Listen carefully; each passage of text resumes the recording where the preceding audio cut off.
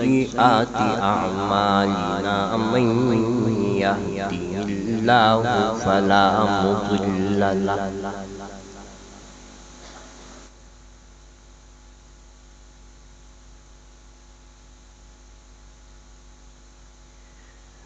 ومن يضلله فلا هادي له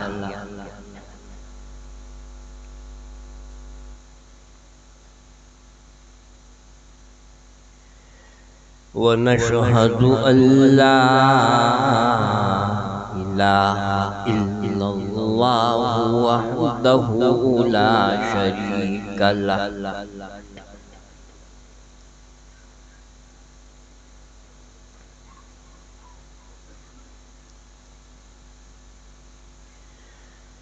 ونشهد أن سيدنا ونبينا ومولانا محمدا عبده ورسوله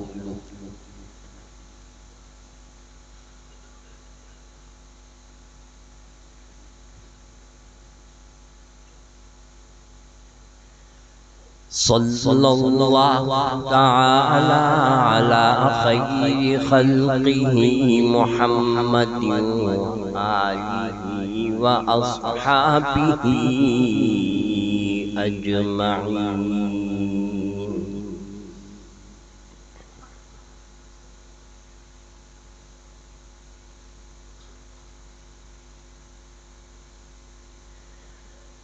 أما بعد فأعوذ بالله من الشيطان الرجيم. بسم الله الرحمن الرحيم.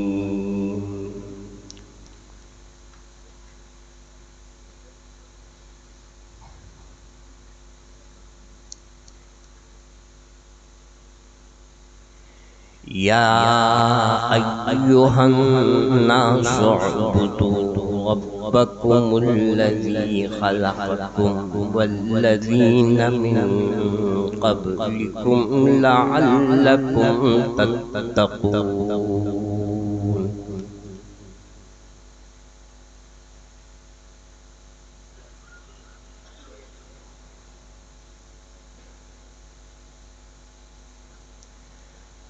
الذي جعل لكم الأرض فراشا والسماء بناء وأنزل من السماء ماء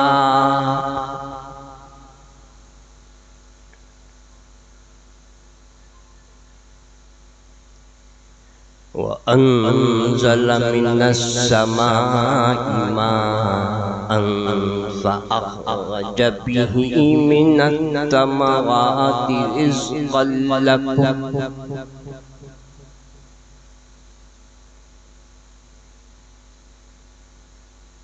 فلا تجعلوا لله أندادا وأنتم تعلمون.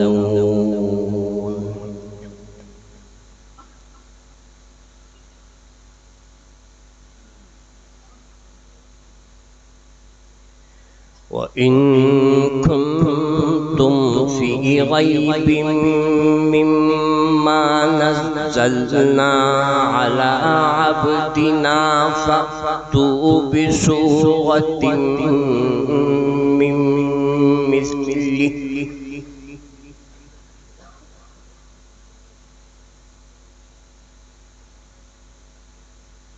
وادعوا شهداءكم من دون الله إن كنتم صادقين.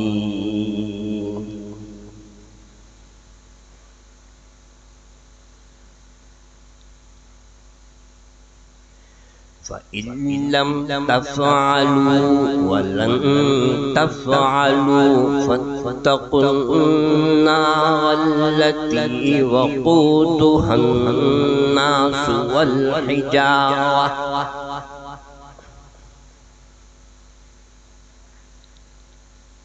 أعدت للكافرين.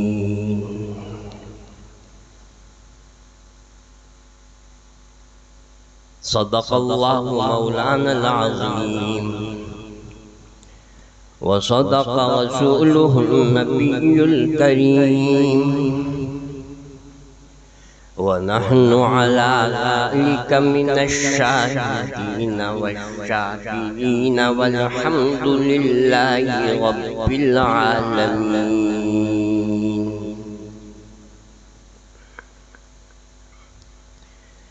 بزرگان محترم و برادران عزیز اور میرے عزیز طلباء،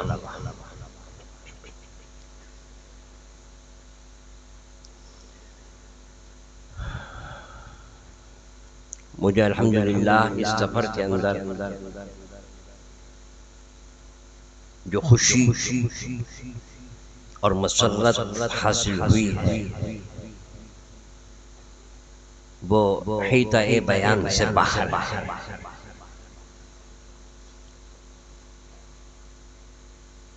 میں جدھر دیکھتا ہوں الحمدللہ جنت کے پودے لگے ہوئے، جنت کے باغات ہیں، اور میں جنت کے اندر نہریں بہتی ہوئی دیکھ رہا ہوں. اس کے اوپر ہم جتنا اللہ کا شکر ادا کریں ہماری زبان نہیں ہے. فرمایا کہ 1000 بار بشویم دہن بمشک و گلاب.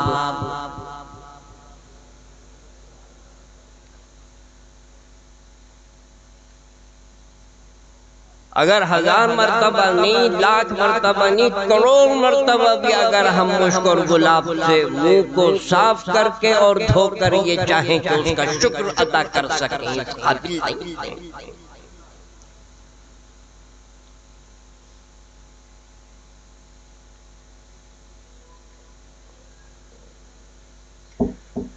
ہزار بار بشویم دہن بمشک و گلاب، اور ہنوز نام تو گفتن کمال بے ادبیست.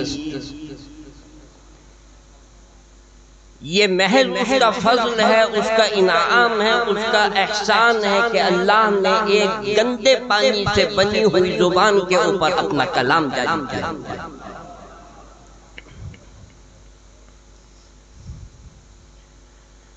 ہمارے استحقاق کو اس میں کوئی دخل.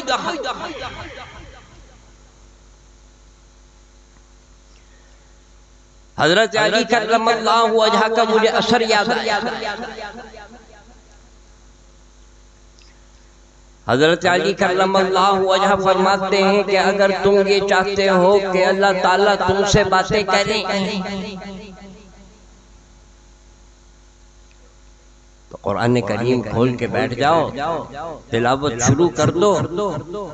زبان تمہاری ہوگی، تکلم کرنے والی ذات خالق کائنات کی ہوگی.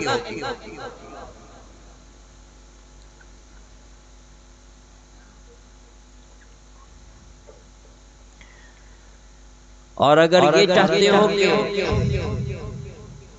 اللہ سے مناجات کرو تو نماز کی نیت. یہ قرآن کریم نازل کر کے اللہ تعالیٰ نے بندوں کے ساتھ اپنے رابطے کو کتنا سہل کر دیا، کتنا آسان کر دیا، کتنا مختصر کر دیا. بے شک قرآن کریم سرکار دو عالم صلی اللہ علیہ وسلم پر نازل ہوا ہے، لیکن جب تلاوت کرنے والا تلاوت کرتا ہے تو پھر تلاوت کرنے والے اور اللہ کے درمیان میں حضور اکرم صلی اللہ علیہ وسلم بھی واسطہ ہوتا ہے براہ راست.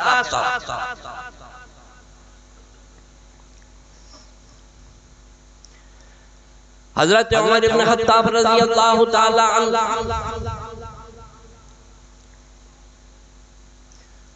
حضور اکرم صلی اللہ علیہ وسلم کے خون کے پیاس سے شہید کرنے کے ارادے سے نکلے. اللہ نے دل بدل دیا. واقعہ آپ کے سامنے ہے، دہرانے کی ضرورت نہیں. ہمشیرہ سے دریافت کیا وہ کلام کیا ہے، وہ تو مجھے دکھا.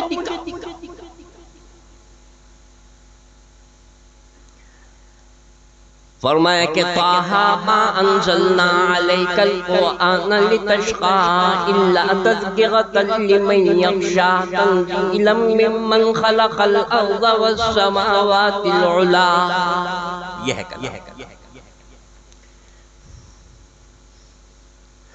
الرحمن علی العرش استوى له ما في السماوات وما في الأرض وما بينهما وما تحت الثرى وإن تجهر بالقول فإنه يعلم السر وأخفى. اللہ لا الہ الا هو له الاسماء الحسنى. وهل اتاك حديث موسى اذ رأى نارا فقال لأهلهم كثوا إني آنست نارا لعلي آتيكم منها بقبس أو أجد على النار هدى. فلما أتاها نودي يا موسى إني أنا ربك فاخلع عليك إنك بالواد المقدس طوى وأنا اخترتك فاستمع لما يوحى. گویا کہ حضرت عمر بن خطاب رضی اللہ تعالی عنہ سے براہ راست اللہ تعالی خطاب فرما رہے ہیں.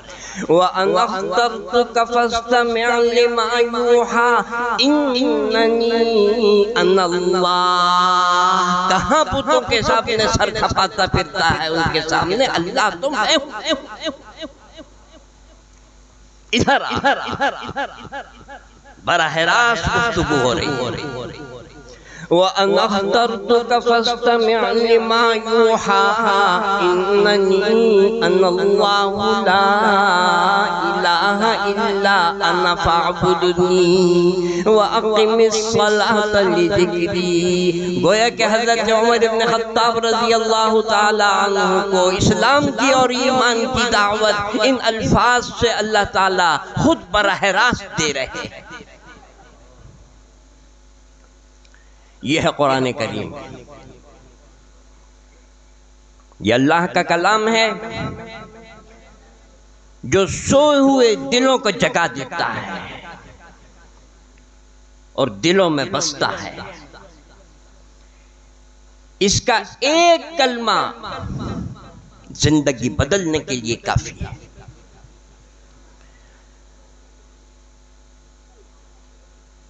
حضرت ابراہیم ابن ادہم رحمت اللہ علیہ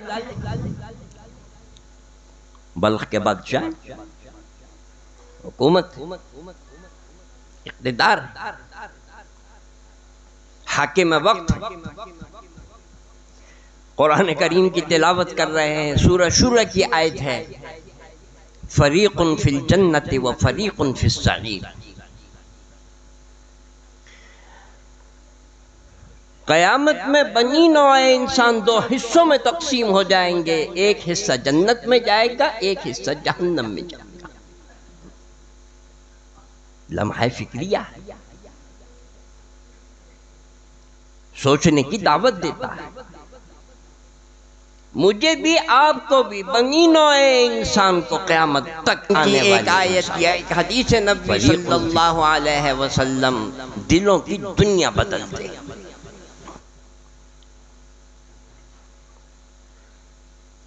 سوچنے لگے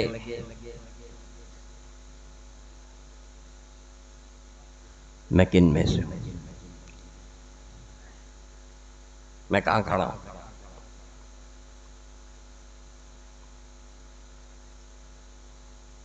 یہ اللہ تعالیٰ براہ راست ابراہیم ابن ادہم رحمت اللہ علیہ سے بات کر رہے ہیں. ہم سمجھنے والے تو بنے.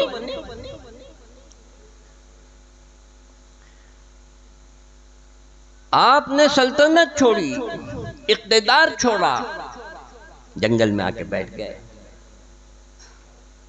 وزیر اعظم آیا اور وزیر اعظم نے کہا کہ حضرت کیا ہوا؟ فرمایا مجھے فکر لاحق ہو گئی. وہ یہ سمجھا کہ کوئی آئلی مسئلہ ہوگا، کوئی سیاسی مسئلہ ہوگا، وزیر اعظم نے کہا کہ حضرت آپ ہمیں بتائیے، ہم خادم موجود ہیں نا، کیا فکر لاحق ہو گئی؟ فرمانے لگے میں قرآن کریم کی آیت پڑھ رہا تھا، فریق فی الجنت و فریق فی السعیر، مجھے فکر یہ لاحق ہو گئی ہے کہ آخرت میں کن میں سے ہوں، کون سے طبقے میں سے ہوں، فکر مجھے یہ لاحق ہو گئی ہے۔ وزیر اعظم فکر تو کیا دور کرتا، اسے تو خود فکر لاحق ہو گئی۔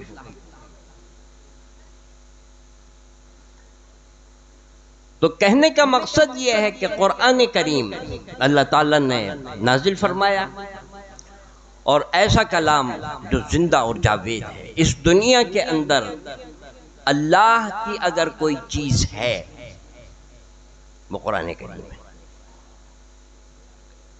اس کے علاوہ جو کچھ ہے وہ مخلوق ہے۔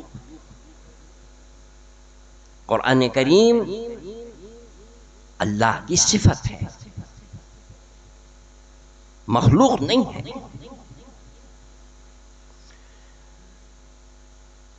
یہ قرآن کریم بنی نوع انسان سے مضبوط ترین رابطہ قائم کرنے کے لیے اللہ نے سرکار دو عالم صلی اللہ علیہ وسلم پر نازل فرمایا ہے۔ اور جو آیتیں میں نے شروع میں تلاوت کی ہیں اس میں اسی کا ذکر ہے۔ فرمایا کہ وَإِن كُنتُمْ فِي غَيْبٍ مِّمَّا نَزَّلْنَا عَلَىٰ عَبْدِنَا فَأْتُوا بِسُورَةٍ مِّن مِّثْلِهِ وَادْعُوا شُهَدَاءَكُم مِّن دُونِ اللَّهِ إِن كُنتُمْ صَادِقِينَ۔ قرآن کریم کے معاملے میں تمہیں شک ہے؟ لڑتے کیوں ہو؟ جھگڑتے کیوں ہو؟ لوگوں کی عزت اور ناموس سے کیوں کھیلتے ہو؟ لوگوں کو ان کے گھروں سے، ان کے وطن سے جلا وطن کیوں کرتے ہو؟ آسان سا نسخہ بتا دیتے ہیں، نہ کسی کو جلا وطن کرنے کی ضرورت ہے، نہ مار پیٹ کرنے کی ضرورت ہے، نہ سب و شتم کی ضرورت ہے، نہ بائیکاٹ کرنے کی ضرورت ہے۔ تم اہل لسان ہو، عربی زبان تمہارے گھر کی لونڈی ہے۔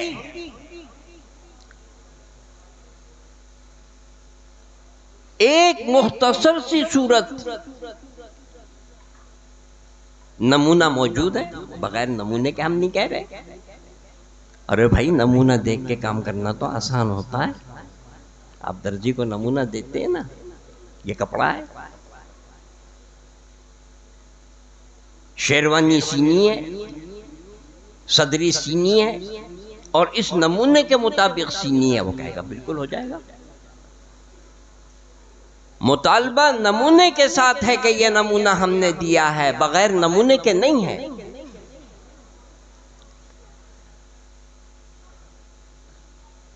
سارے ذرائع، سارے اسباب،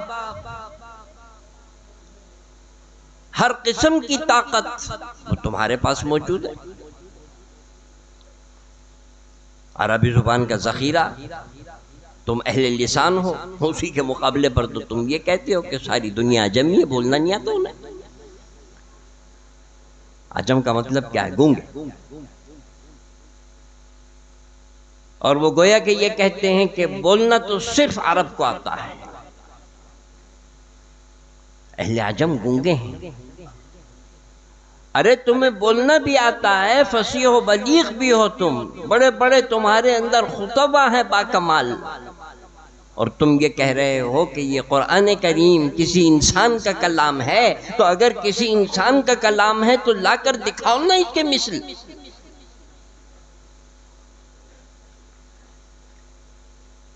لیکن ایک جملہ بتا دیا، فَإِن لَّمْ تَفْعَلُوا، اور قیامت تک کے لیے خدا کی قسم میں کہا کرتا ہوں کہ یہ لام اور نون معجزہ ہے، لن تفعلوا، ریکارڈ، دعویٰ ہے، چیلنج ہے، لا نہیں سکتے۔ نمونہ بھی موجود ہے لیکن تم اس کا مثل لا نہیں سکتے۔ کیسے؟ جیسے اللہ کی بنائی ہوئی ہوا کسی ہوا نہیں بنا سکتے، جیسے اللہ کی آگ جیسی بنائی ہوئی آگ نہیں بنا سکتے، جیسے اللہ کا بنایا ہوا پانی جیسا پانی نہیں بنا سکتے، جیسے اللہ کی بنائی ہوئی مٹی جیسی مٹی نہیں بنا سکتے، اسی طریقے سے اللہ کے نازل کیے ہوئے قرآن اور کلام کی طرح کا کلام بھی نہیں لا سکتے۔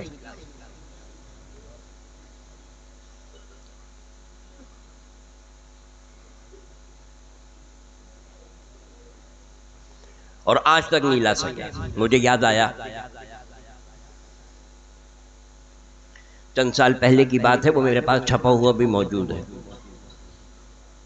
کتابوں میں کہیں گم ہے، مطالبہ مت کرنا مجھ سے ڈھونڈنے کا، باقی یہ ہے،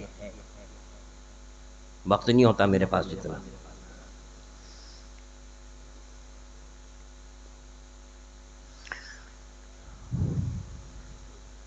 یورپ کے علاقے میں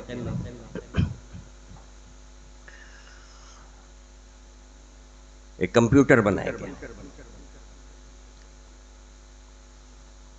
اور دعویٰ یہ کیا گیا کہ یہ عربی زبان کا ماسٹر ہے۔ ایک سازش، اور یہودی سازش کرنے میں ماسٹر ہے۔ میں نہیں کہہ رہا، اللہ نے کہا ہے۔ حق کو باطل کرانا ہو، باطل کو حق کی صورت میں پیش کرنا ہو، سیاہ کو سفید کرنا ہو، سفید کو سیاہ کرنا ہو، استاد کہاں ملیں گے؟ یہود میں۔ فرمایا کہ وَلَا تَلْبِسُوا الْحَقَّ بِالْبَاطِلِ وَتَكْتُمُوا الْحَقَّ وَأَنْتُمْ تَعْلَمُونَ۔ حق اور باطل خلط ملط کرنے کے انہوں نے ان چیزوں کے اندر امفل کیا ہے۔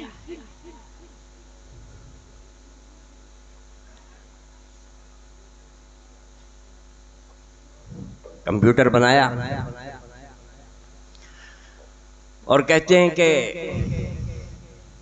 آئیے، آپ کے یہاں سب سے معتبر ترین کتاب قرآن کریم ہے، اور آپ کا اس بات کے اوپر اتفاق اور اجماع ہے کہ اس میں کہیں کوئی غلطی نہیں ہے۔ ہاں جی بالکل ہے۔ اچھا صاحب، تو اس کو اس مشین کے اندر ڈالتے ہیں، پھر یہ بتائے گا۔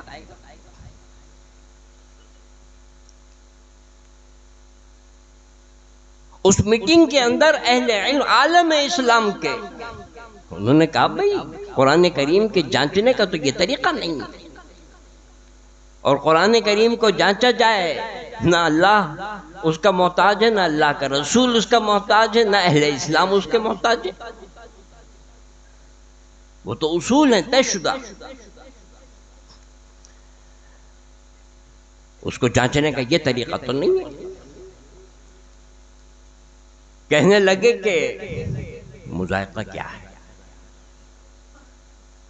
آپ کے یہاں قراء بھی ہیں، آپ کے یہاں علماء بھی ہیں، آپ کے یہاں خطاط بھی ہیں،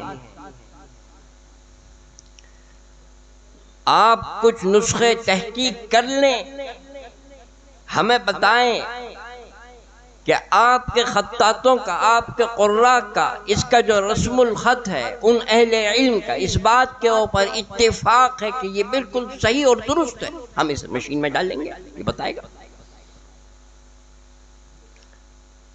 اچھا بھائی، دیکھ لیتے ہیں۔ قرآن کریم مشین کے حوالے کیا گیا، جواب آیا 0 0 0، کوئی غلطی نہیں۔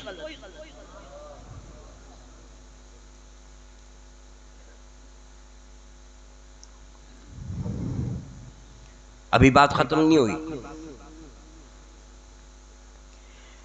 جس یہودی نے وہ مشین بنائی تھی اور کمپیوٹر بنایا تھا اور پروگرام ترتیب کیا تھا، وہ سب یہ دیکھ رہا ہے۔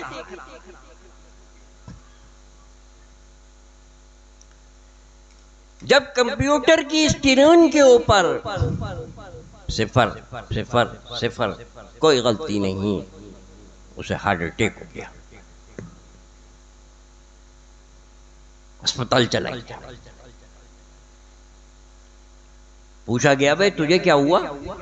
کہنے لگا میں حیران اس بات کے اوپر ہوں کہ میں نے اس کے اندر یہ چیز رکھی تھی کہ چاہے صحیح ہو، اس مشین نے اسے غلط بتانا ہے، لیکن اس کے باوجود اس نے صفر صفر صفر کہا تو کیسے کہا؟ وَلَن تَفْعَلُوا۔ قرآن کریم کا معجزہ آج بھی اپنی پوری آب و تاب کے ساتھ ظاہر اور باہر ہے، اور پورا حال اللہ اکبر کے نعروں سے فلک شگاف نعروں سے گونج اٹھا۔ آج بھی اس کا یہ معجزہ بالکل ظاہر ہے، موجود ہے۔ تو اللہ تعالیٰ فرماتے ہیں، فرمایا کہ وَإِن كُنتُمْ فِي غَيْبٍ مِّمَّا نَزَّلْنَا عَلَىٰ عَبْدِنَا فَأْتُوا بِسُورَةٍ مِّن مِّثْلِهِ وَادْعُوا شُهَدَاءَكُم مِّن دُونِ اللَّهِ إِن كُنتُمْ صَادِقِينَ فَإِن لَّمْ تَفْعَلُوا وَلَن تَفْعَلُوا فَاتَّقُوا النَّارَ الَّتِي وَقُودُهَا النَّاسُ وَالْحِجَارَةُ اعدت للکافرین۔ اور فرمایا کہ وَبَشِّرِ الَّذِينَ آمَنُوا وَعَمِلُوا الصَّالِحَاتِ أَنَّ لَهُمْ جَنَّاتٍ تَجْرِي مِن تَحْتِهَا الْأَنْهَارُ۔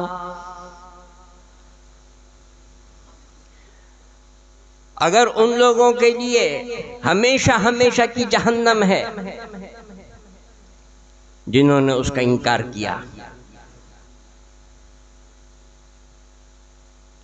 تو جو اس کے ماننے والے ہیں ان کے لیے جنتوں کی بشارت بھی ہے۔ اور میں کہا کرتا ہوں کہ یہ بشارت ہمارے اور آپ ہی کے لیے ہے۔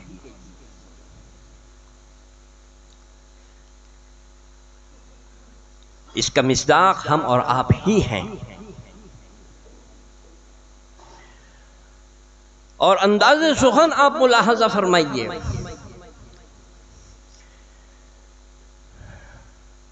بشر الذین آمنوا، امر کا صیغہ ہے۔ علماء نے لکھا ہے کہ اس میں یہ خطاب حضور اکرم صلی اللہ علیہ وسلم کو ہے، یا حضور اکرم صلی اللہ علیہ وسلم کے نائبین کو ہے، یا ہر اس شخص کو ہے جو بشارت دے سکتا ہے۔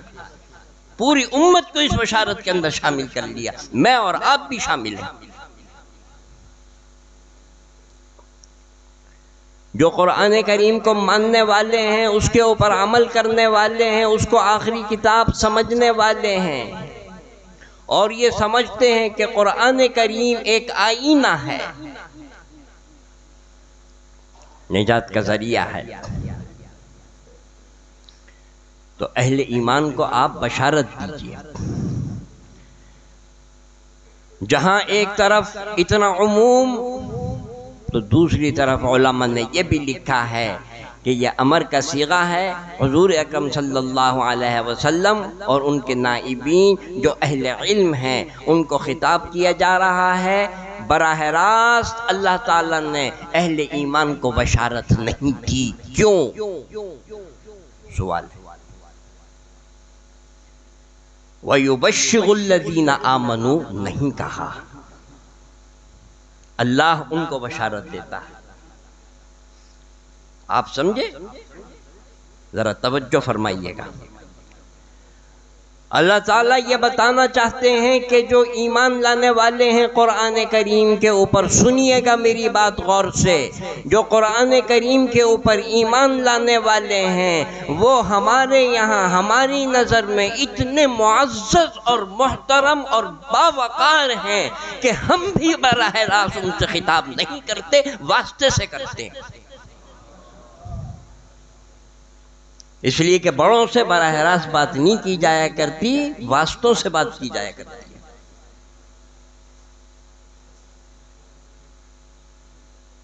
کہ اہل ایمان ہمارے یہاں یاد رکھنا، یہ اولیاء اللہ ہیں، یہ جو حفاظ بیٹھے ہوئے ہیں نا، یہ جو قرہ بیٹھے ہوئے ہیں، جو علماء بیٹھے ہوئے ہیں، یہ اللہ کے ولی ہیں، معمولی آدمی نہ سمجھیں انہیں۔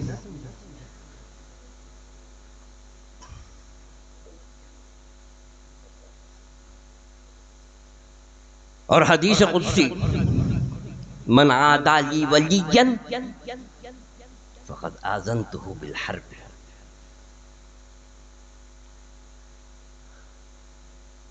اگر کوئی شخص میرے دوست کو اذیت پہنچائے میرا اس سے اعلان جنگ ہے۔ ولی کو بعض اوقات خود بھی نہیں معلوم ہوتا کہ میری اللہ سے اتنی مضبوط دوستی ہو گئی ہو، اور مضبوطی اسی میں ہوتی جب تک کہ پتہ نہ ہو، اور اگر پتہ ہو جائے تو وہ اسفل السافلین کی طرف اس کا سفر شروع ہو جاتا ہے۔ یہ بات بھی یاد رکھنے کے قابل۔ جب تک اسے خبر نہیں ہے، لرزاں اور ترساں ہیں۔ امام اعظم امام ابو حنیفہ رحمۃ اللہ علیہ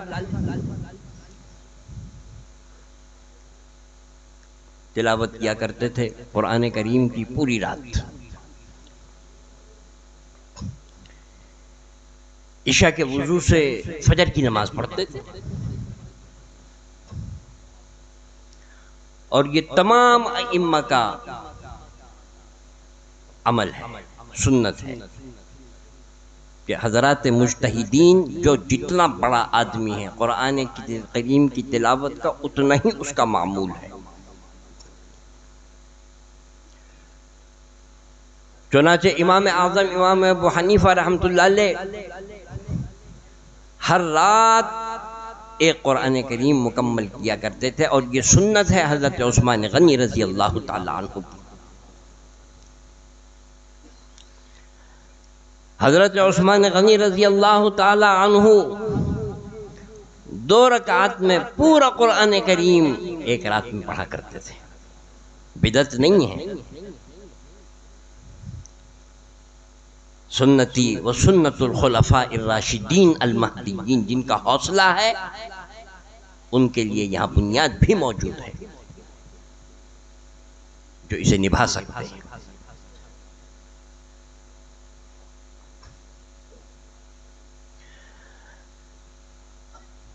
ساری رات کا محنت کیا ہوا شخص دن میں پڑھاتا بھی ہے، کاروبار بھی کرتا ہے، ایسی مشغول شخصیت چند لمحوں کے لیے آتے ہیں قیلولہ کرنے کے لیے اپنے گھر۔ ایک شخص آیا اور کہنے لگا کہ حضرت مجھے معلوم ہوا ہے کہ آپ کے والد صاحب کا انتقال ہو گیا۔ کہنے لگے جی بالکل۔ پھر کہتا ہے کہ مجھے یہ بھی معلوم ہوا کہ آپ کی والدہ کی عدت بھی پوری ہو گئی ہے۔ یہ بھی صحیح درست ہے۔ کہتا ہے کہ آپ جائیے اور اپنی والدہ کو میری طرف سے نکاح کا پیغام دیجیے۔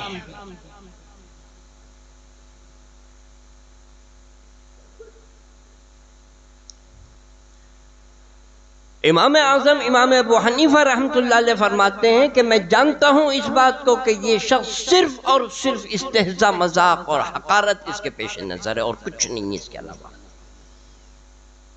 یہ مجھے زج کرنا چاہتا ہے، کیونکہ اسے معلوم ہے کہ میری والدہ نکاح کی عمر میں نہیں ہے، اور کہتے ہیں کہ میرے پیر نہیں اٹھتے تھے، کنڈی نہیں کھل رہی تھی، کس منہ سے جا کر اور وہ کون سے الفاظ لاؤں کہ اپنی والدہ سے یہ بات کہوں اور اس کا پیغام پہنچاؤں۔ اتنے میں فرماتے ہیں کہ ایک آواز آئی میری پشت کی طرف سے، پلٹ کر جو دیکھا وہ جو مذاق کرنے والا تھا گرا اور گر کر مر گیا۔ اللہ کے قہر نے اسے ہلاک کر دیا۔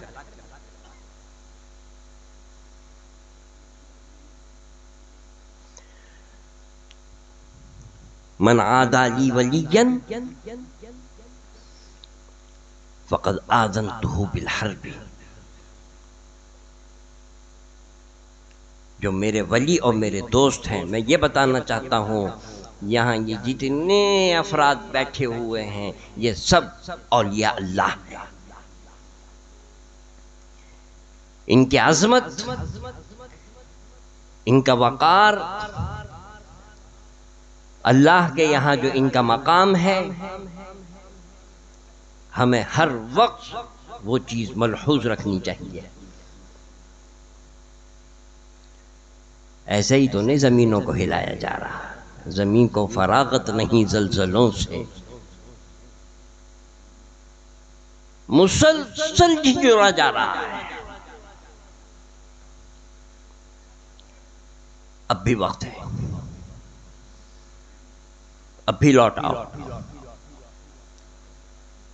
اب بھی بات کو سمجھ لو۔ خیر تو عرض میں یہ کر رہا تھا کہ اللہ تعالیٰ نے قرآن کریم نازل کیا،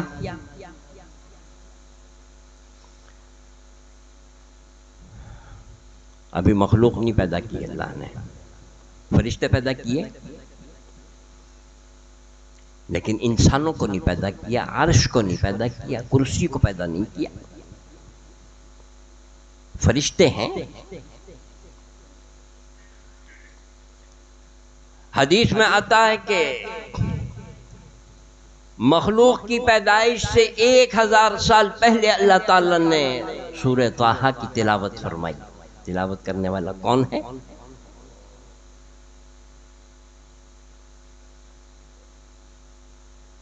فرشتوں کی جماعت ہے۔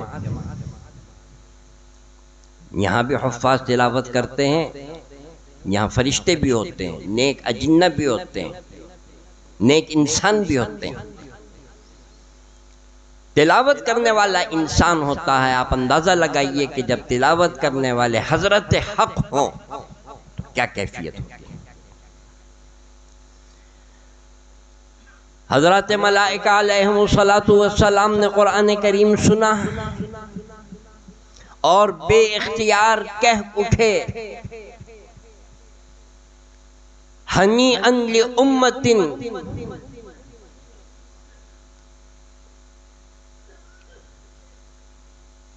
نزل ھذا علیہ، مبارکباد دی۔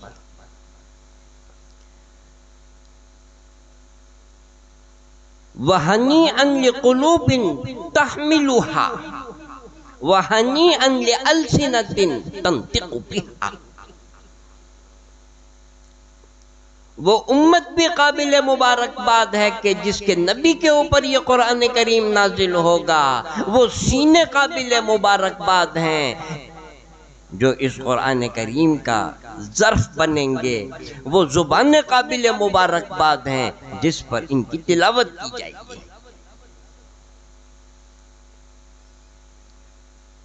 یہ طلباء، یہ قراء، یہ علماء، میں کہا کرتا ہوں کہ یہ مبارکباد دینا رسم نہیں ہے، فرشتوں کی سنت ہے۔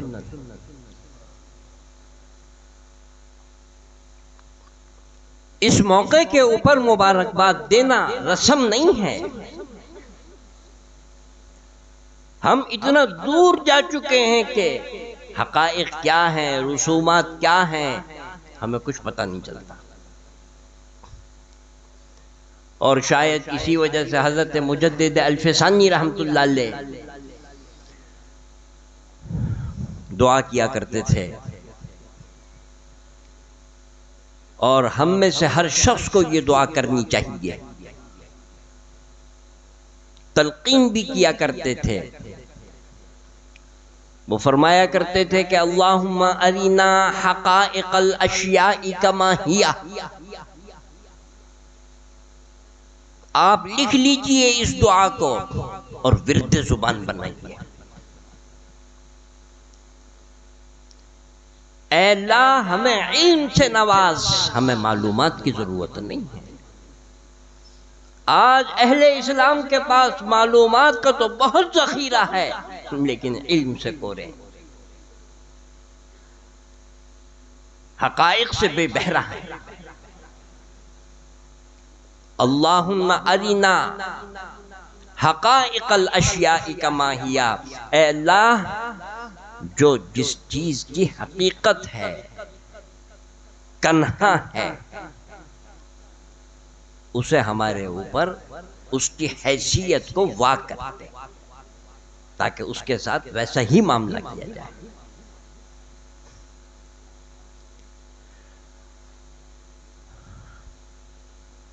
چنانچہ قرآن کریم اللہ تعالی نے نازل کیا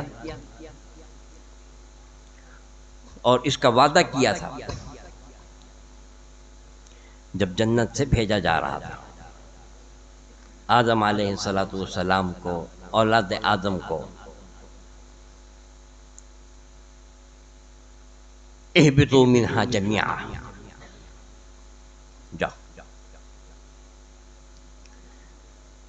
دنیا میں جانے کے بعد کتابیں بھی آئیں گی، نبی بھی آئیں گے.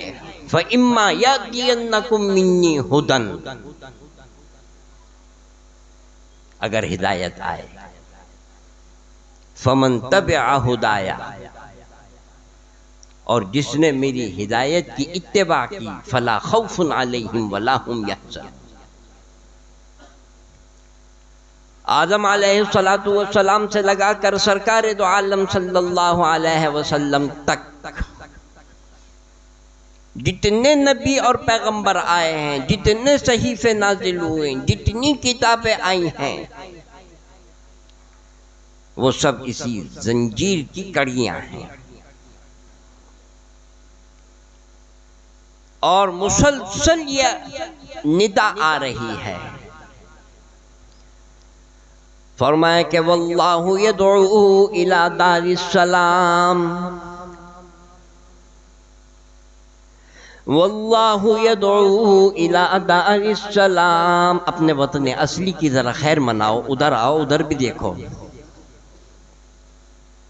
وہ ہے ہمارا وطن اصلی. یہ وطن مستقر ہے. وَلَكُمْ فِي الْأَرْضِ مُسْتَقَرٌ وَمَتَاعٌ إِلَىٰ حِينٍ، چند دن کے لیے.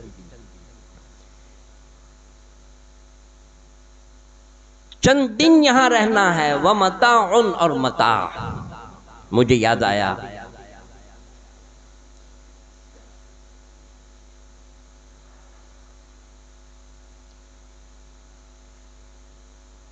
صاحب ابن عباد،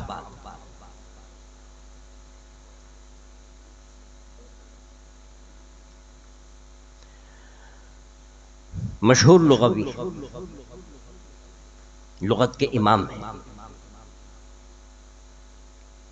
انہوں نے کہا کہ قرآن کریم میں جگہ جگہ آتا ہے متاع الحیات الدنیا ومتاع الدنیا قلیل. یہ متاع ہے کیا چیز؟ اس کی حقیقت کیا ہے؟ بات وہی ہے. اللہم ارنا حقائق الاشیاء کما ہی. حقیقت کیا ہے اس کی؟ سفر کر رہے ہیں، اب تو منجد موجود ہے، مصباح اللغات موجود ہے. اور لطف کی بات یہ ہے کہ وہ جو منجد ہے وہ ایک عیسائی کی ہے، بیروت کا عیسائی ہے.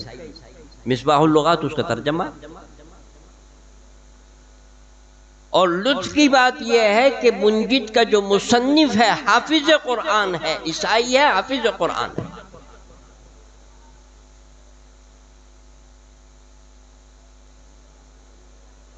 لیکن ہمیشہ یاد رکھیے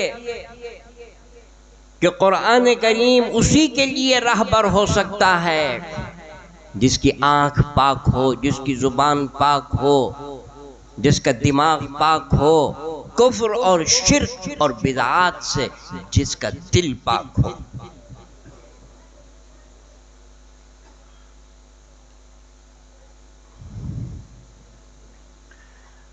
ورنہ بہت سے یہود اور نصارہ، اور دور کیوں جائیے، ابھی چند مہینے پہلے کی بات ہے، ہمارے ایک ساتھی وہ کسی کے یہاں مدعو تھے،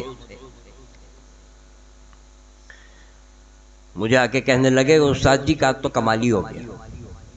میں نے کہا بھائی کیا ہو گیا؟ کہنے لگا جس دعوت میں میں گیا ہر قسم کے کفر کے نمائندے وہاں موجود تھے، کفر کی جتنی شاخیں ہیں۔ بہت سے لوگوں کو شوق ہوتا ہے اتحاد بین الملل والمذاہب کا، جو اکبر سے چلا، اتحاد بین الملل والمذاہب، سب جمع ہو جاؤ ایک جگہ کے اوپر متفق، کیوں لڑتے مرتے ہو؟ بہت خوش کن نعرہ، رس گھولنے والا، کھاؤ پیو عیش کرو مزے کرو، کہ جھگڑے میں پڑے ہو۔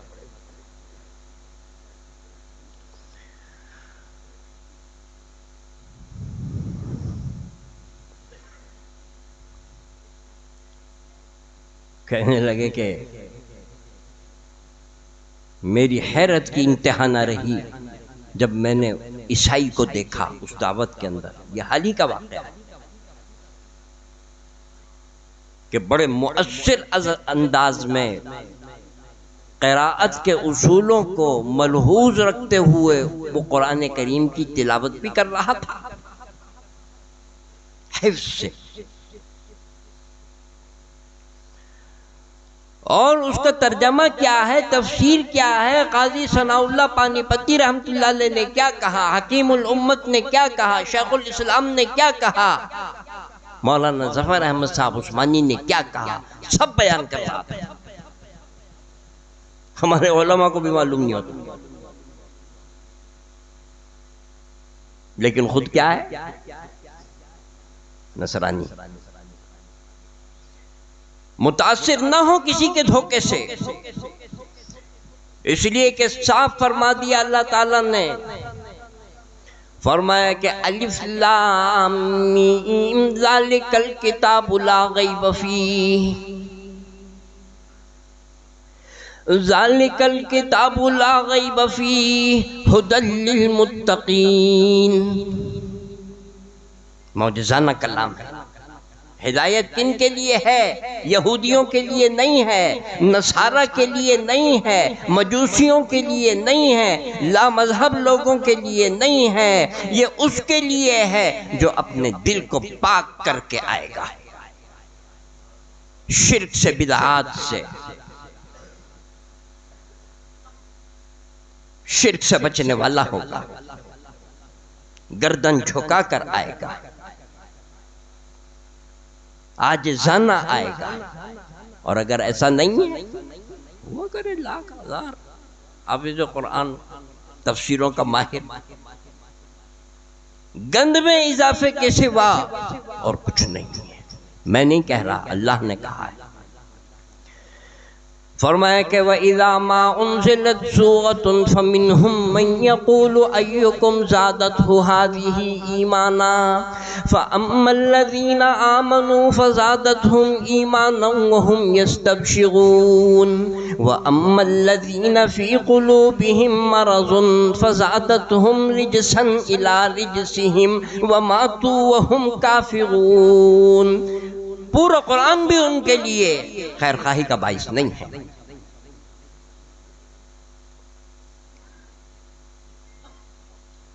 ہاں، جو متقین ہیں، پرہیزگار ہیں، ڈرنے والے ہیں اللہ سے، اور واقعاتاً اپنی نجات چاہتے ہیں،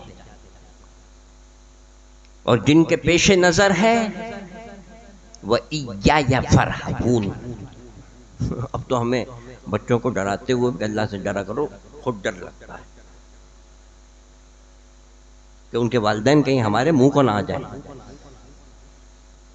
اور بلکہ ایک ڈاکٹر صاحب کو انہوں نے بتایا مجھے، کہنے لگے کہ ایک آدمی کا انتقال ہو رہا ہے اور آخری اس کے ایام میں کینسر کا وہ مریض ہے۔ میں نے کہا اس سے کہو استغفار کرے کثرت سے، خیر سن لی انہوں نے یہ بات، سمجھدار آدمی ہے. اگلی مرتبہ جب ملاقات ہوئی تو فرمانے لگے کہ میں نے بہت ڈرتے ڈرتے اس سے یہ بات کہی ہے کہ کہیں یہ انکار نہ کر دے اور رہا سہا ایمان بھی نہ جاتا رہے کہ کیوں ڈاکٹر صاحب میں کیوں استغفار کروں، مجھے کیا ضرورت ہے معافی مانگنے کی، میں نے کون سا ایسا گناہ کیا. نوبت اینجا رسید، ہم کہاں کھڑے ہوئے. گویا کہ ہم میں سے ہر شخص اپنے آپ کو پاک صاف مطہر اور مزکا سمجھتا ہے، اور شاید انتظار میں ہے کہ جبرائیل آئیں اور کہیں حضرت اپنے وضو کا بچا ہوا پانی تو ذرا دیجیے گا، میں نے وضو کرنا ہے.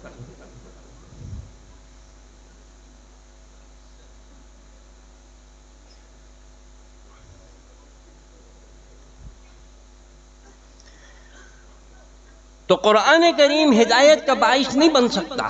کن کے لیے ہدایت کا باعث ہے؟ وَإِيَّایَ فَارْهَبُونَ، ڈرنے والوں کے لیے. فرحبون ایایا، ایک ہے رہب، ایک ہے خوف. ایک رہب ہے. دو لفظ ہیں عربی زبان میں ڈرنے کے لیے، اور پتہ نہیں کتنے ہوں گے، مفتی صاحب بتائیں گے، میں تو طالب علم آدمی ہوں بھائی، سیدھی بات ہے. عربی زبان کے متعلق کوئی دعوے سے نہیں کہہ سکتا کہ مجھے آتی ہے، اور یہ میں نہیں کہہ رہا، امام شافعی رحمۃ اللہ علیہ نے کہی ہے یہ بات. عربی زبان کے متعلق کوئی شخص دعوے سے یہ بات نہیں کہہ سکتا کہ مجھے عربی زبان آتی ہے. اس کا دعویٰ صرف اور صرف اور صرف نبی کر سکتا ہے کہ میں عربی زبان کے اوپر پورا عبور رکھتا ہوں. عرض میں یہ کر رہا تھا کہ خوف کے لیے دو لفظ آئے ہیں، ایک رہب کا لفظ آیا ہے، ایک خوف کا لفظ آیا ہے. دونوں میں عموم خصوص کی نسبت ہے. رہب خاص ہے، خوف عام ہے. رہب کے اندر خوف، اور پھر جس سے ڈر رہا ہے وہ جس چیز کا حکم دے ڈر کر اس پر عمل کرے، اور جس سے روک رہا ہے ڈر کر اس سے رکے، یہ رہب کہلاتا ہے. اور خوف، ارے مولانا صاحب بہت ڈراتے ہیں یار، میدان محشر کے تم اتار چڑھاؤ سے ڈراتے ہو، اللہ ایسا پکڑنے والا اتنا ظالم نہیں ہے. ہاں ڈرتے ہیں اللہ سے، ہم اللہ سے ڈرتے ہیں. اچھا بھائی تو سنو، تم کیا ڈرتے ہو؟ ہم تمہیں بتاتے ہیں. ڈرتا تو شیطان بھی ہے.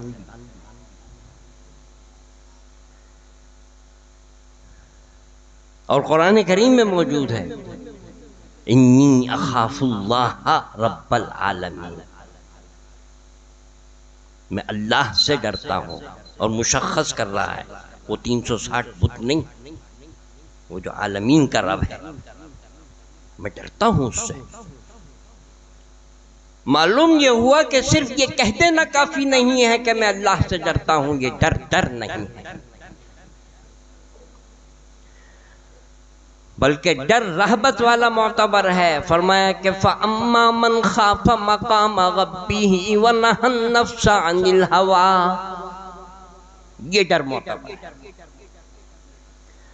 اور فرمایا کہ وَلِمَنْ خَافَ مَقَامَ رَبِّهِ جَنَّتَانِ فَبِأَيِّ آلَاءِ رَبِّكُمَا تُكَذِّبَانِ، یہ ڈر معتبر ہے.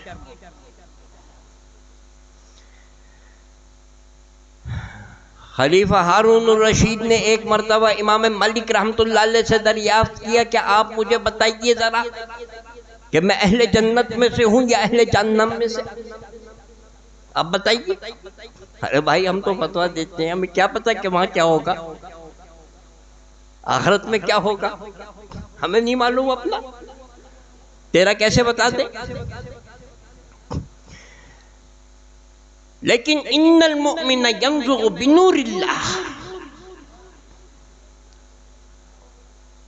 مومن ہمیشہ اللہ کے نور سے دیکھتا ہے۔ امام مالک رحمۃ اللہ علیہ نے خلیفہ ہارون الرشید سے دریافت کیا، امیر المومنین یہ بتائیے، سنیے غور سے، کہ کبھی آپ کسی گناہ کے اوپر قادر ہوں،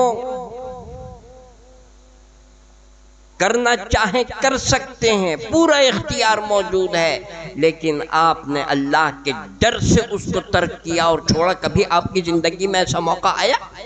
بتائیے آپ نے۔ فرمایا آیا تو ہے۔ فرمایا آپ اہل جنت ہیں۔ وَلِمَنْ خَافَ مَقَامَ رَبِّهِ جَنَّتَانِ وَأَمَّا مَنْ خَافَ مَقَامَ رَبِّهِ وَنَهَى النَّفْسَ عَنِ الْهَوَىٰ فَإِنَّ الْجَنَّةَ هِيَ الْمَأْوَىٰ۔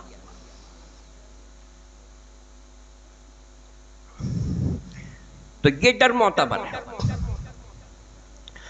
آپ اندازہ لگائیے، جگہ جگہ قرآن کریم، ارے صاحب ہمیں تو ہدایت نہیں ملتی، روشنی گم ہو گئی ہے۔ ارے تم روشنی حاصل کرو گے تو روشنی آئے گی نا۔ تم نے تو قرآن کریم کو جزدانوں میں لپیٹ کے الماریوں کی زینت بنا کے اور رکھ چھوڑا ہے کہ کبھی دلہن رخصت ہوگی دروازے میں تو اس کے سائے تلے اسے گزار دیں گے اور سمجھیں گے کہ پورے سسرال کے اوپر ہماری یہ جو ہے غالب رہے گی۔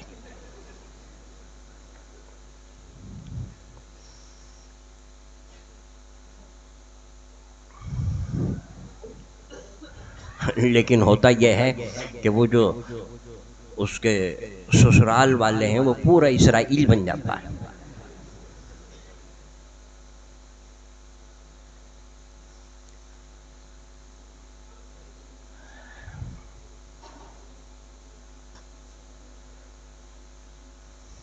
تو ڈرے اور جو کام اللہ نے کرنے کے لیے کہا ہے ڈر کر وہ کرے۔ جگہ جگہ دیواروں کے اوپر لکھا ہوتا ہے، جگہ جگہ دیواروں کے اوپر لکھا ہوتا ہے۔ میں تو عام جو باتیں کرتا ہوں، میں طالب علمانہ باتیں کرتا ہوں، میں کوئی وہ بیضابی کی شرح اور وغیرہ اور یہ ساری چیزیں جو ہیں مجھے آتی ہیں، میں جو دیکھتا ہوں وہی بولتا ہوں۔ جگہ جگہ دیواروں کے اوپر لکھا ہوتا ہے، ہوشیار رہیے، کیمرے کی آنکھ دیکھ رہی ہے۔ اس کا مطلب یہ ہے کہ کیمرے کی آنکھ دیکھ رہی ہے، اس کو ذرا خیال رکھیے، چوری ذرا بچ بچا کے کیجیے گا۔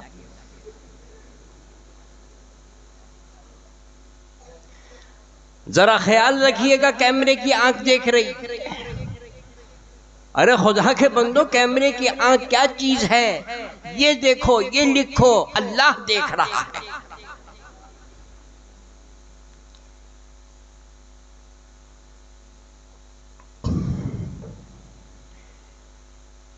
یہ دل کی تختیوں کے اوپر لکھو، اور یہ اپنے بچوں کے دلوں کی تختیوں کے اوپر لکھو، ان کے ذہنوں میں لکھو، ان کے خون میں شامل کر دو کہ اللہ دیکھ رہا ہے۔ ایک ایک چیز کا ہمیں حساب دینا ہے۔ پوچھو گی، دریافت کیا جائے گا۔ ہوگا کیا؟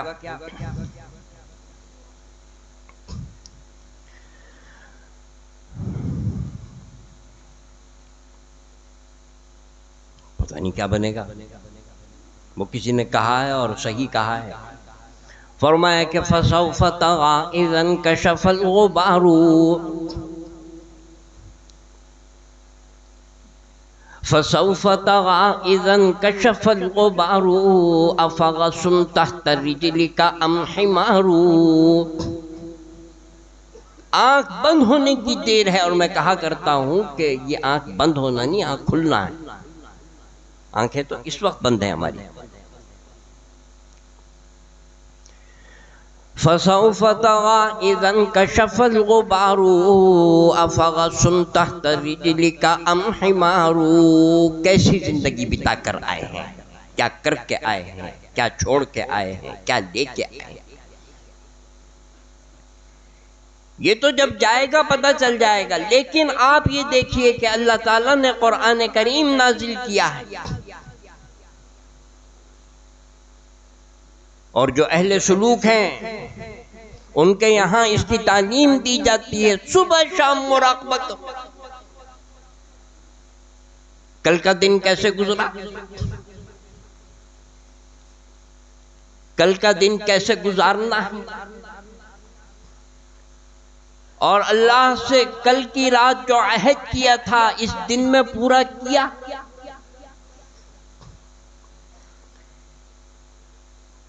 ایک ایک نشست و برخاست اللہ تعالیٰ نے قرآن کریم اور حدیث نبی صلی اللہ علیہ وسلم اندھیرے میں نہیں رکھا ہے.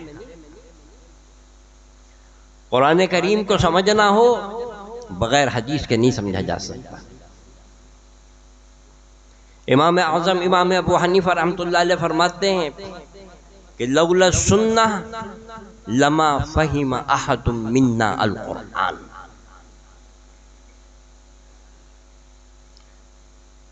اگر سنت رسول صلی اللہ علیہ وسلم نہ ہو، امام اعظم امام ابو حنیفہ رکھتی کسی اور کا کیا منہ ہے، پتہ نہیں کون کس کس نام سے آ رہے ہیں اور باتیں کرتے ہیں.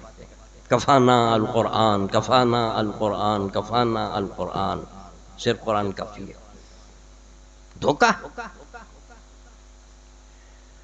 امام اعظم امام ابو حنیفہ رحمۃ اللہ علیہ فرماتے ہیں کہ لولا السنہ لما فہم احد منا القرآن. اگر سنت رسول صلی اللہ علیہ وسلم نہ ہو، ہم میں سے کوئی شخص قرآن کریم کو سمجھ نہیں سکتا. قرآن کریم علم کی کتاب ہے، حدیث نبوی صلی اللہ علیہ وسلم اس سے عمل آتا ہے. قرآن سے علم آتا ہے، حدیث سے عمل آتا ہے، اور علم الفقہ سے قرآن اور سنت کی تشریح ہوتی ہے، وضاحت ہوتی ہے. اور ہمیں اور آپ کو جو ہے عمل ملتا ہے، ان تینوں کے اجتماع سے وہ چیز حاصل ہوتی ہے. قرآن کریم، احادیث نبویہ صلی اللہ علیہ وسلم، اور اصولوں کی روشنی کے اندر حضرات فقہاء کرام رضوان اللہ تعالی علیہم اجمعین نے، صحابہ کرام رضوان اللہ تعالی علیہم اجمعین نے کیا سمجھا ہے، جو براہ راست شاگرد ہیں سرکار دو عالم صلی اللہ علیہ وسلم کے، کہ جن کا سمجھا ہوا نص ہے، منصوص ہے. صحابی رسول صلی اللہ علیہ وسلم ہے، سارے ماشاءاللہ محدث ہیں. آپ کو معلوم ہے غزوے کے اندر ہے،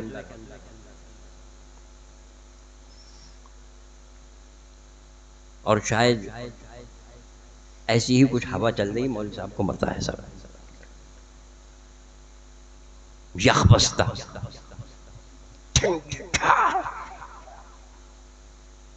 اور غسل کی ضرورت پیش آ جائے تو میں تو ایک دم کہہ دوں گا بھائی تیمم بس ٹھیک ہے، میں ٹھنڈے پانی سے، مجھے مرنا نہیں ہے، واپس بھی جانا ہے.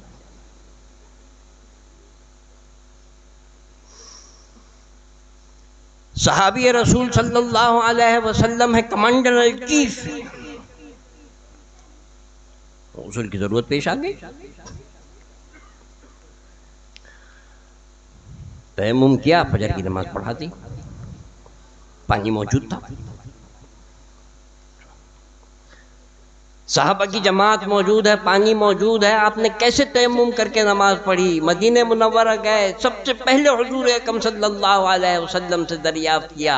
حضور اکرم صلی اللہ علیہ وسلم نے دریافت کیا، کیف،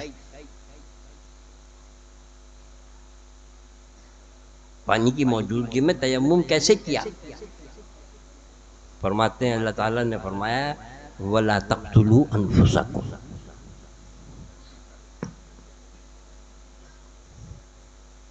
وَلَا تَقْتُلُوا أَنفُسَكُمْ، کو خدا کی قسم دور دور مسئلہ تیمم سے کوئی تعلق نہیں ہے. لیکن فلم یعنف رسول اللہ صلی اللہ علیہ وسلم، اور تقریر فرمائی اور ہزارہ مسائل اس صحابی کے اس استدلال کے اوپر قیامت تک کے لیے اللہ نے راہ ہموار کر دی۔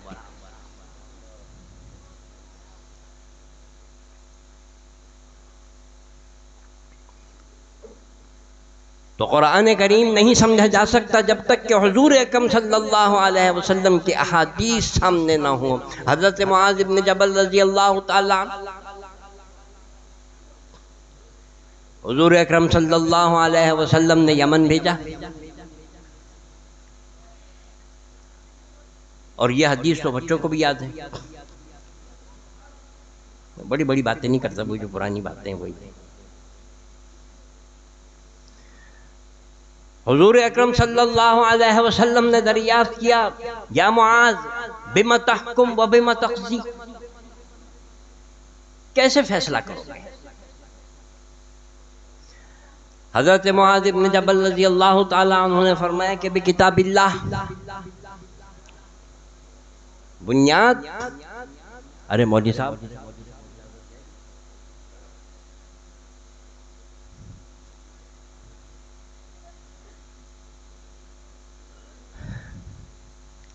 کیسے؟ فرمایا کتاب اللہ۔ سنیے، حضور اکرم صلی اللہ علیہ وسلم فرماتے ہیں فَإِن لَمْ تَجِدْ فِيهِ،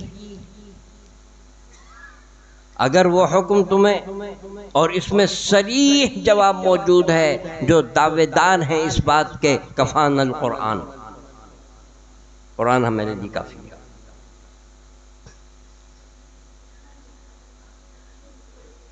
فَإِن لَمْ تَجِدْ فِيهِ، اگر نہ ملا اس میں،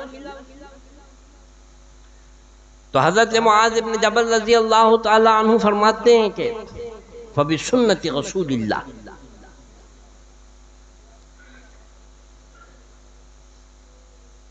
پھر فیصلہ کروں گا حدیث کی بنیاد کے اوپر۔ سنیے، حضور اکرم صلی اللہ علیہ وسلم نے فرمایا کہ فَإِن لَمْ تَجِدْ فِيهِ، اور اگر سنت رسول کے اندر بھی اس کا حکم نہ ملا تو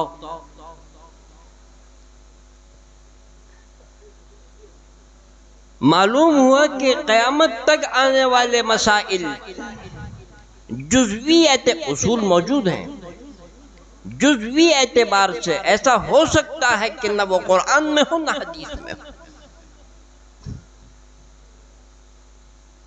اور آج کے دور کے اندر اس کی ایک سے زیادہ مثالیں موجود ہیں۔ ہم پوچھا کرتے ہیں اور دریافت کیا کرتے ہیں، آپ کہتے ہو ہر چیز حدیث کے اندر موجود ہے، ذرا بتائیے ہوائی جہاز میں اگر نماز پڑھنے کا وقت آ جائے اور اترنے کا موقع نہ ہو اور اندیشہ ہو نماز کے قضا ہو جانے کا، حدیث دکھائیے ہمیں، کہ صاحب کہاں سے ملے؟ قرآن میں تو ہے نہیں۔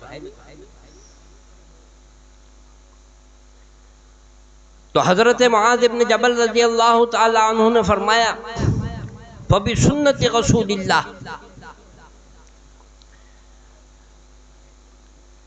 اور فرمایا کہ فَإِن لَمْ تَجِدْ فِيهِ، اگر اس میں بھی نہ ملا تو فرماتے ہیں کہ فَأَجْتَہِدُ بِرَأْيِي،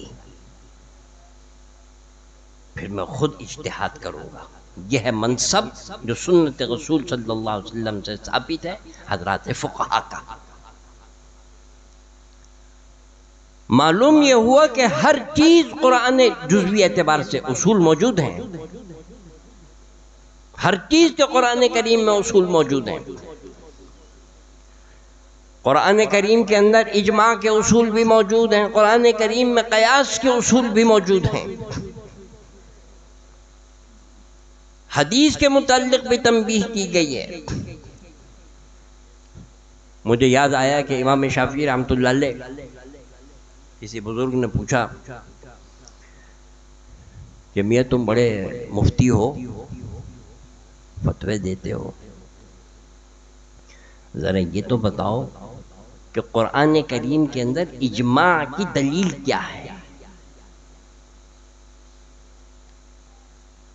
فتوے دیا کرتے تھے۔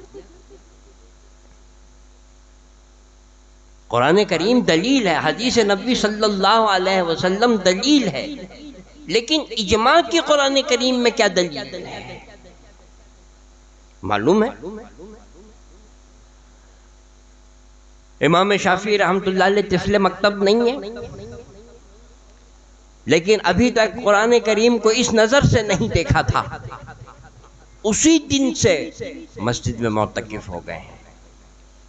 ایک مرتبہ قرآن کریم پڑھا، دوسری مرتبہ پڑھا، تیسری مرتبہ پڑھا، بار بار پڑھ رہے ہیں، ایک دن پڑھا، دوسرے دن پڑھا، تیسرے دن قرآن کریم کی آیت 5ویں پارے کی وَمَن يُشَاقِقِ الرَّسُولَ مِن بَعْدِ مَا تَبَيَّنَ لَهُ الْهُدَىٰ وَيَتَّبِعْ غَيْرَ سَبِيلِ الْمُؤْمِنِينَ نُوَلِّهِ مَا تَوَلَّىٰ وَنُصْلِهِ جَهَنَّمَ۔ خوش ہو گئے اور کہنے لگے وہ جو کہا تھا نا کہ قرآن کریم میں اجماع کی دلیل کیا ہے، وہ یہ ہے۔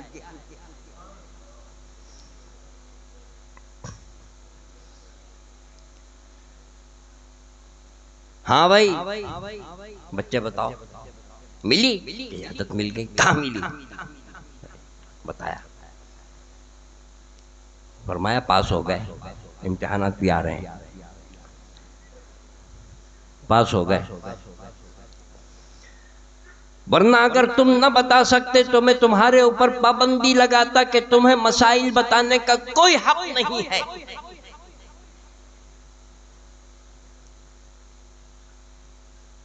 اور اہل دل اور اہل سلوک نے یہ کہا کہ وہ بزرگ جو دریافت کرنے والے ہیں دراصل حضرت خضر علیہ السلام تھے،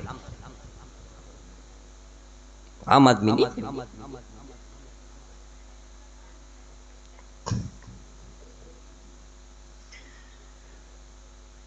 اب آپ نے اندازہ لگایا کہ دلائل 4 ہیں، قرآن کریم، حدیث نبی صلی اللہ علیہ وسلم، اجماع امت، قیاس۔ اور ان چاروں دلائل میں سے جس دلیل سے بھی جو چیز ثابت ہو جائے وہ قرآن سے ثابت شدہ کہلائے گی، یہ قرآن سے ثابت ہے۔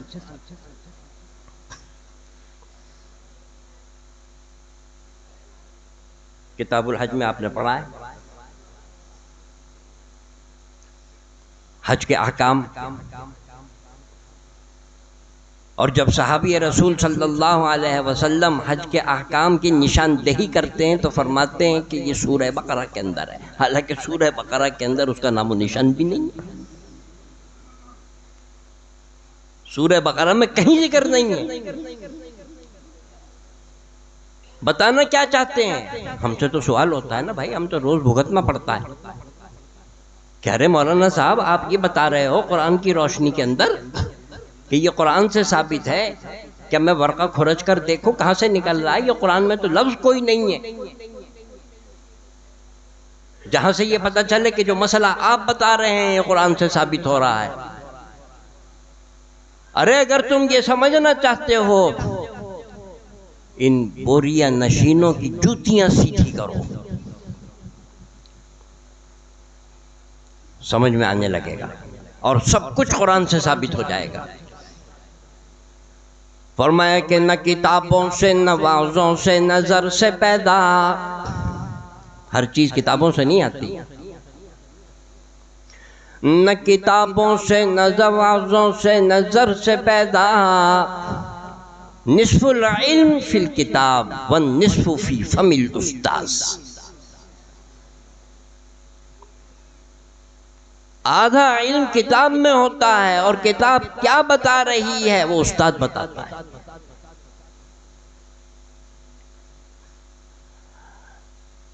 نہ کتابوں سے نہ وعظوں سے نظر سے پیدا، دین ہوتا ہے بزرگوں کی نظر سے پیدا۔ یہ استاذوں کی مرہون منت ہے، وہ ایک ایک چیز کی ہندی کی چندی کر کے آپ کو بتاتے ہیں، آپ کے دلوں میں اتار دیتے ہیں۔ تو عرض میں یہ کر رہا تھا قرآن کریم کیا ہے؟ آخرت میں تو معلوم ہوگا، بس ایک دو باتیں عرض کر کے پھر میں ختم کرتا ہوں.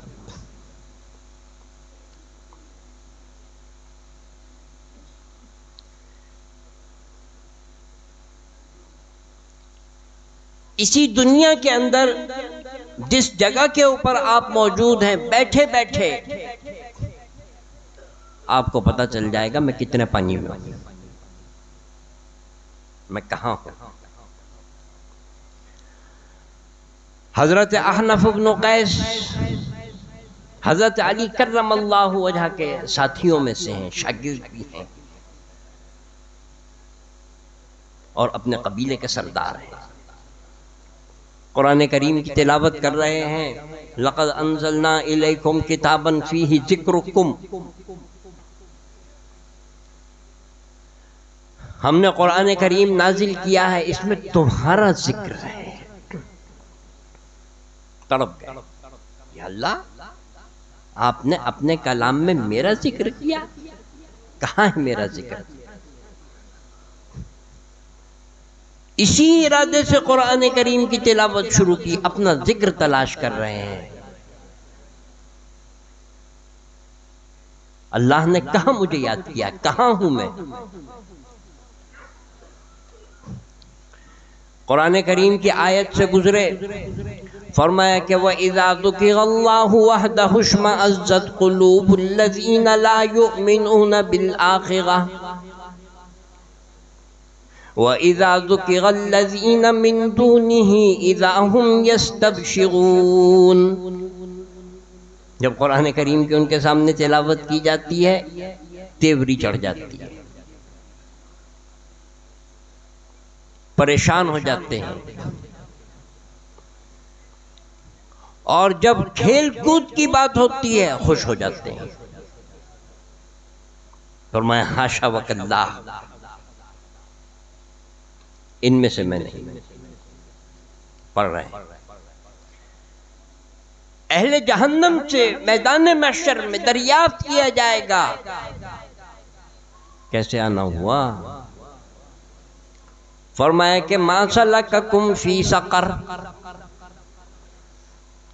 قالوا لم نک من المصلین ولم نک نطعم المسکین وکننا نخوض مع الخائضین وکننا نکذب بیوم الدین حتی اتانا الیقین.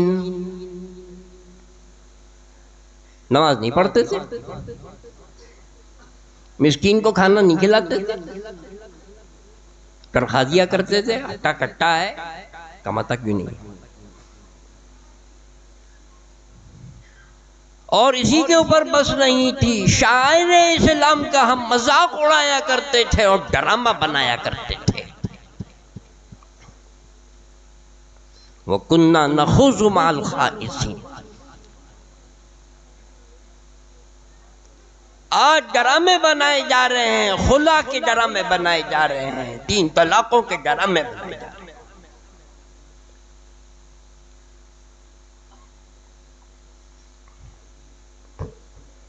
مذاق نہیں، کھیل نہیں ہے. جہاد کا مذاق اڑایا جا رہا ہے، پردے کا مذاق اڑایا جا رہا ہے، اذانوں کا مذاق اڑایا جا رہا ہے، نکاح کا مذاق اڑایا جا رہا ہے. میں نکاح پڑھانے کے لیے گیا ایک جگہ کے اوپر، میں بھی نکاح پڑھاتا ہوں. کہنے لگے مولانا صاحب ایجاب و قبول 3 مرتبہ کرائیے گا، قبول ہے قبول ہے قبول ہے. میں نے کہا بھائی ہم نے تو کتابوں کے اندر پڑھا ہے 1 مرتبہ کافی ہے، آپ پتہ نہیں کون سی بات کر رہے ہیں. پکا کرنا چاہتے ہیں، گویا کہ پکا مضبوط، اور وہ اتنا مضبوط اور پکا ہوتا ہے کہ 3 طلاقوں سے بھی نہیں ختم ہوتا.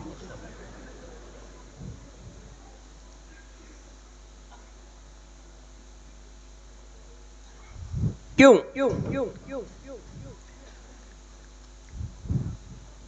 اس وجہ سے کہ شوہر 3 طلاقیں دے رہا ہے، بیوی کہتی ہے میں تو لیتی نہیں.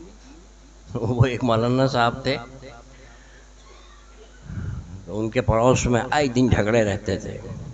ایک دن تو انہوں نے صاف سن لیا کہ میں نے تجھے طلاق دی، میں نے تجھے طلاق دی، میں نے تجھے طلاق دی. مولانا صاحب انتظار میں کہ اب تھوڑی دیر میں دلہن باہر نکل جائے گی، چلا جائے گا، یہ باہر نکال دے گا اسے.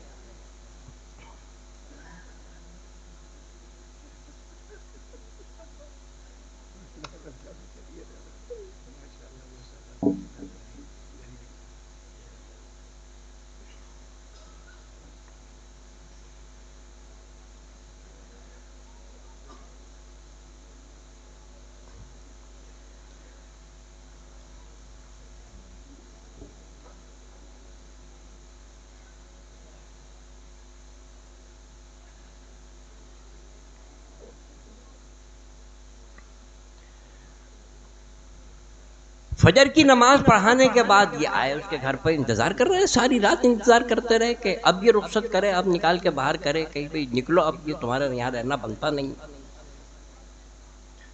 نماز کے بعد ان سے نہیں رہا گیا، دروازہ کھٹکھٹایا، بھائی کیا حالات ہیں، ٹھیک ٹھاک، کیا مسئلہ؟ بڑا جھگڑا ہو رہا تھا رات. ہاں جی، جھگڑا تو روز ہی ہوتا ہے، ریہرسل ہوتی ہے. لیکن آپ نے تو تینوں طلاقیں اسے دے دیں. ارے کہنے لگے مولانا صاحب میں کیا کروں، میں کمبخت روز 3 طلاقیں دیتا ہوں، وہ لیتی ہی نہیں ہے.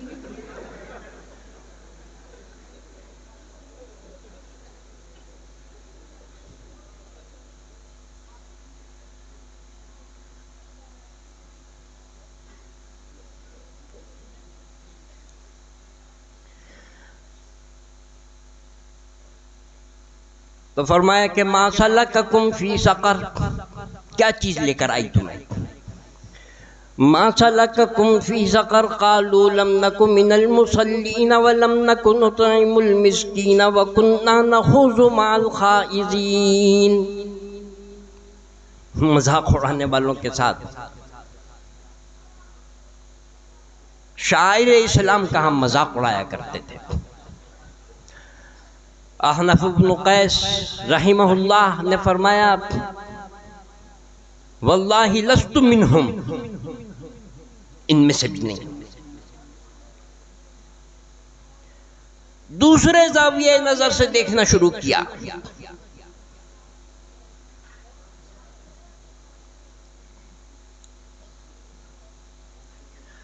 فرمایا کہ قد افلح المؤمنون الذین هم فی صلاتهم خاشعون.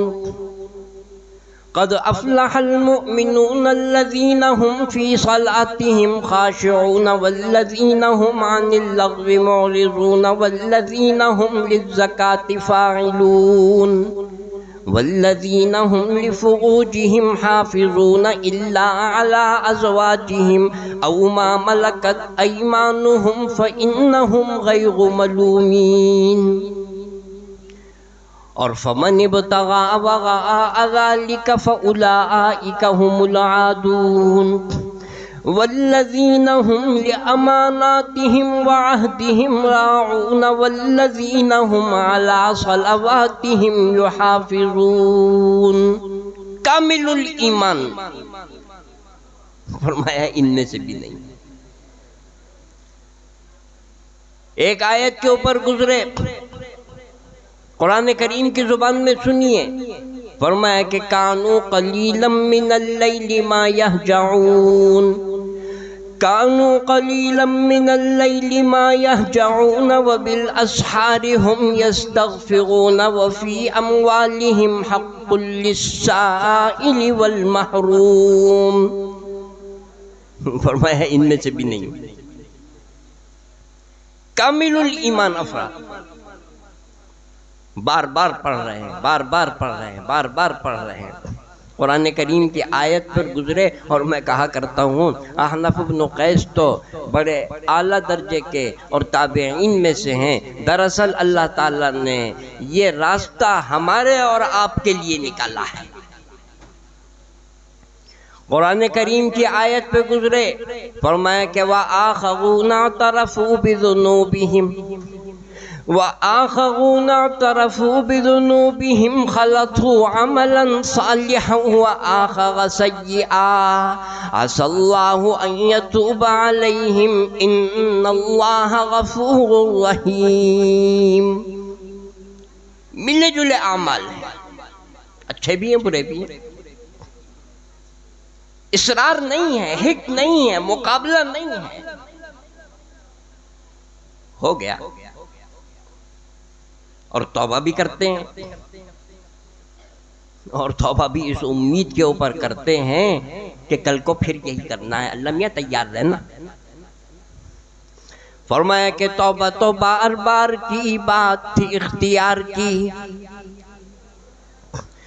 توبہ تو بار بار کی بات تھی اختیار کی، توبہ مگر بہار کی آہ کبھی نبھی نہیں.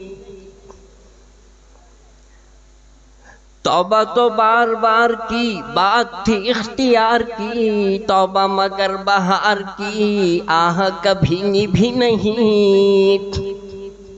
ہماری تو توبہ ایسی توبہ ہے.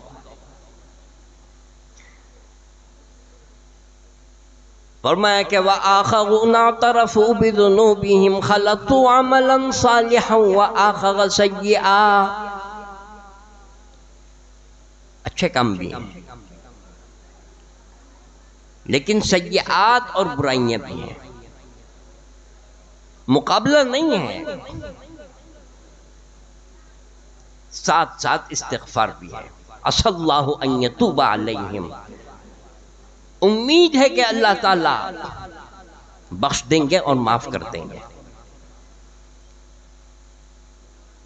احنف بن قیس کہہ اٹھے، فرمایا انا منہم، ان میں سے ہوں. تو قرآن کریم آئینہ دکھاتا ہے اسی دنیا کے اندر، اسی جگہ کے اوپر بیٹھے بیٹھے کہ آپ اندازہ اور دیکھیے اس آئینے کے اندر کہ ہم اور آپ کہاں کھڑے ہوئے ہیں. وہ کسی نے کہا ہے، فرمایا کہ چیز تو قرآن اے کلام حق شناس، چیز تو قرآن اے کلام حق شناس، رونمائے رب ناس آمد بناس. یہ اللہ کا چہرہ ہے، یہ آئینہ ہے. اگر آپ اپنے آپ کے اپنے احوال کو، اپنے عقائد کو، اپنے معاملات کو، اپنے اخلاق کو، اپنی معاشرت کو دیکھنا چاہتے ہو کہ ہم کہاں کھڑے ہوئے ہیں، اس آئینے کے اندر دیکھو. آئینہ کبھی جھوٹ نہیں بولتا. دودھ کا دودھ، پانی کا پانی کرتے. بہرحال میں آپ تمام حضرات کو اس موقع کے اوپر دلی مبارکباد پیش کرتا ہوں، اور یہاں آ کر اور ان تمام مواقع کے اوپر الحمدللہ میری آنکھیں روشن ہو گئیں، دل باغ باغ ہو گیا، اور خوشی کی کوئی انتہا نہیں. سب جنت نظیر ہے، اور ہم یہ سمجھتے ہیں کہ اللہ تعالیٰ نے ایک ادنا سا جو مجھے وسیلہ بنایا، تو الحمدللہ ملک کے طول و عرض کے اندر یہ چیز دیکھ کر میں اگر یہ نتیجہ نکالوں کہ اللہ تعالیٰ نے کچھ نہ کچھ اس محنت کی الحمدللہ لاج رکھی ہے، تو انشاءاللہ غلط نہیں ہوگا. اللہ تعالیٰ آپ حضرات کو مزید ترقیات عطا فرمائے، استحکام عطا فرمائے، دنیا اور آخرت کے اندر عزتوں سے، کامیابیوں سے ہمکنار فرمائے. بس اب حضرت بھی تشریف لا چکے ہیں، میں انہی کلمات کے ساتھ اب آپ حضرات سے اجازت چاہوں گا. سبحان ربک رب العزت عما یصفون وسلام علی المرسلین والحمد للہ رب العالمین.